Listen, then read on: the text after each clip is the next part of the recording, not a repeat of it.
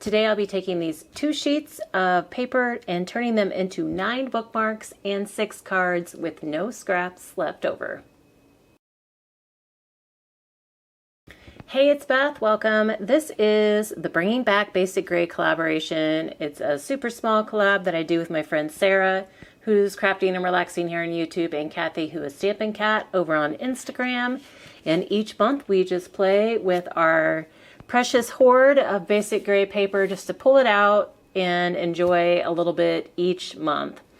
And real quick, I just wanted to say a huge thank you to one of my viewers, Kathleen, who sent me a giant box of basic gray happiness. There were several collections, well, more than several collections in the box. And I just wanted to say thank you so much, Kathleen. This will keep me enjoying basic gray for years to come, for sure. So my plan for today is I am going to revisit my No Scraps sketch set number 11 and make some corner bookmarks and cards with the scraps left over. I need to kind of work on my stash of corner bookmarks that I use for my online orders. If you've followed me for any length of time, you have heard me say that before. So I am going to be using my sketch set 11 to do that. And I needed 1 sheet of patterned paper, which I'm using this one, which is double-sided. If you know basic gray, it's from the Hello Luscious line, and it's the succulent pattern. And then instead of the cardstock that the guide calls for, I'm actually going to use this piece from, it's chalk from Motifica collection. And one reason is because it's hard to match colors sometimes with basic gray. And so, like, I don't know, I didn't want to go like pure off-white. And so I thought I would just use one of the kind of solids. Like, it's more of it's a distressed solid. That's what a lot of theirs were in the collections. Like, you would have some pattern pieces, and then you would have these that were kind of what they considered a solid. It's just got like some distressing on it and some different shades of that solid kind of throughout. So anyway, I'm going to be using that as my 12 by 12 cardstock, and then we will work through the process of the bookmarks and making the cards with the pieces that we have left over from the bookmarks. I started off using the cutting guide to cut both sheets down, and I will have sketch set 11 linked in the description box below for you, so you can go and download it if you don't already have it. And also in the description box I'll have links to Sarah and Kathy, so you can go see the basic gray that they used and what they ended up making this month. So it's pretty basic cuts with this one. For the pattern paper is going to be your bookmarks, and that is just cutting down 4-inch squares. And then the more solid will be the matting for the cards that we're going to make with the scraps. So I did speed this up a couple times, I think 2 times, so not a ton, but it is sped up a little bit, and there is some work that I do off camera.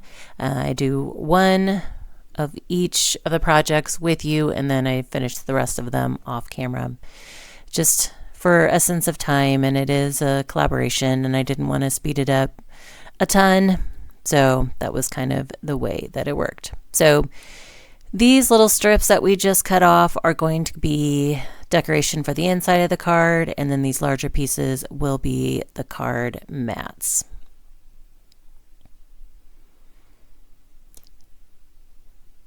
For the bookmarks, you have a 4-inch square, and the first thing you need to do is fold it in half both ways. So I like to use a bone folder just to make sure that the folds are nice and tight. And I'm going to fold it in half this way, and then I'm going to turn it and fold it in half the opposite direction. So you're going to have basically a 4-square grid now on this square. So on one of the squares, and it really doesn't matter which one, you just kind of have to pick a place to start. you're going to cut out one whole square. And I like to go just to the outside of the crease so that you don't see any of the crease hanging there, and it just kind of helps make the rest of the piece cleaner. And then the square opposite of the square you just cut out, you're going to cut it in half diagonally. So now you have this funky L kind of shape going on.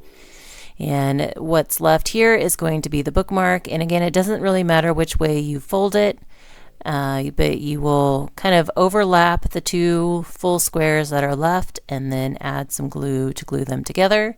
You can use whatever glue you want. I just prefer the wet glue here because it's a nice strong glue.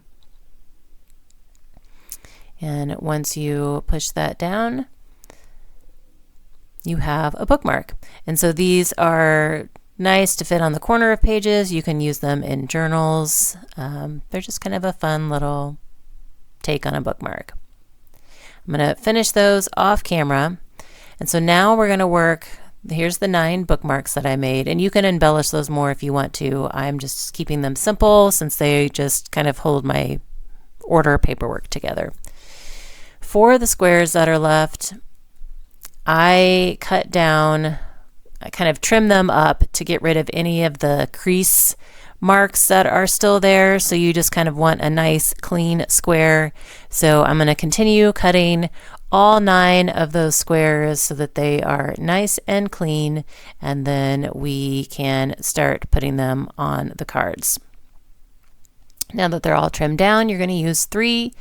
And I didn't think about it, but since I'm using double-sided paper, I could have totally used either side or a combination of both sides, but I just decided to go with all 3 patterns on, or all 3 of the pattern side for this card. So you can orient your squares in any way you want, any place you want. I just did kind of an even border on the top and bottom, and then onto the right hand side there for the 3rd square. I'm going to stamp directly onto the card mat, just a happy birthday stamp, and this is from the Stamps of Life. I'll link the stamp sets in the description box below. But I just wanted kind of a small happy birthday, and thought about going on and then realized I need to actually finish this card for you so that you can see the card all the way through. And of course I ran out of ATG, so I did, by the magic of video off camera, replace my tape roll, and we were back in business.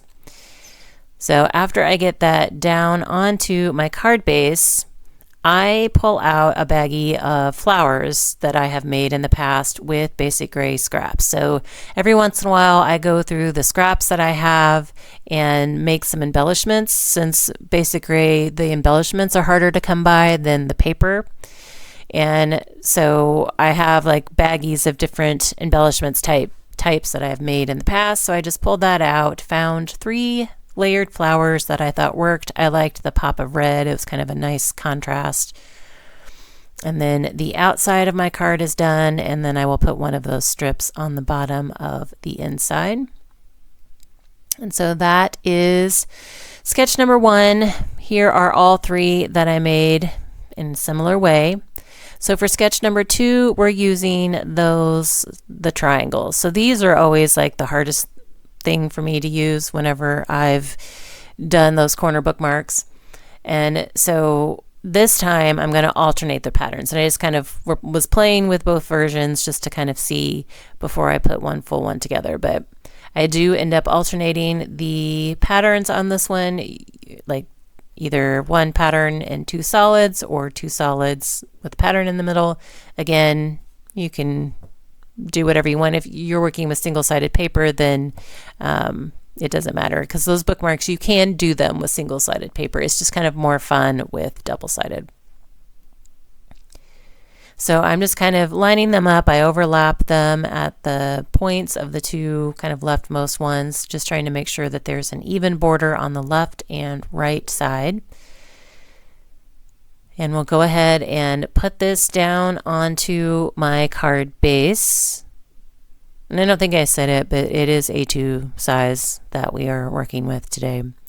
And then just trying to figure out which stamp I want to use and where I wanted to put it. So I finally decided to go with just saying hello, and I'm going to put that at the very bottom.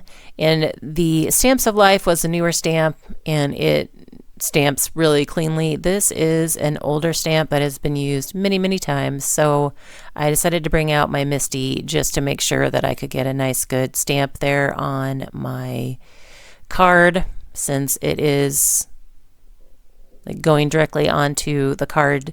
I kind of wanted to make sure I got a good clean stamped image. So use my Misty and just some black ink. And it actually looked really good after that first one, but I decided to go a second time just to make it a little darker. And then we'll pull that out, set the Misty aside, and can work on finishing off the card. So I'm going to put a strip on the inside of these as well, and you can put it on the right, left, bottom, wherever. And then this time, instead of just flowers, I had a baggie of birds and butterflies. So I decided to go with green. I thought the green kind of worked well with the turquoise, and then I found some coordinating little hearts in another baggie of embellishments, and I'm going to use those kind of scattered to the left side. The sketches I provide are intended to be kind of a base. You can embellish the cards as much as you want or leave them as simple as you want. The sketches are flexible for that. So here are these last 3 cards that I made. Kind of same idea as the first one. This last one, I just ended up using some flowers instead of the birds and hearts because I was out of matching birds and hearts. So here are our 6 cards and 9 bookmarks that we made using those 2 sheets of 12 by 12, and I had absolutely no scrap left over, not even anything unusable. So this was a total no scrap project. So I always love this sketch set because I've been making these corner bookmarks for years, and it took me forever to figure out a plan of what I could do with those weird scraps that I had. So this is one that I do use a lot, and just thought I would share it with you all again. Don't forget to check out the links to Sarah and Kathy in the description box below. Hope you guys enjoyed.